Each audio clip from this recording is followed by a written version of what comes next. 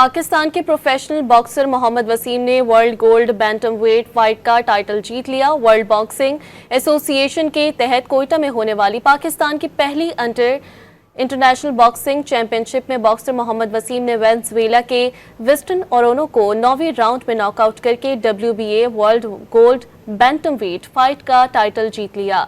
Event में 9 ममालिक के 16 बॉक्सर्स ने मुख्तलिफ कैटेगरी की फाइट में हिस्सा लिया। पाकिस्तान के प्रोफेशनल बॉक्सर मोहम्मद वसीम ने world gold bantam weight fight का टाइटल जीत लिया। वर्ल्ड बॉक्सिंग एसोसिएशन के तहत कोयटा में होने वाली पाकिस्तान की पहली इंटरनेशनल बॉक्सिंग चैंपियनशिप में बॉक्सर मोहम्मद वसीम ने वेनेजुएला के विस्टन ओरोनो को 9वीं राउंड में नॉकआउट करके WBA world gold bantam weight fight का टाइटल जीत लिया।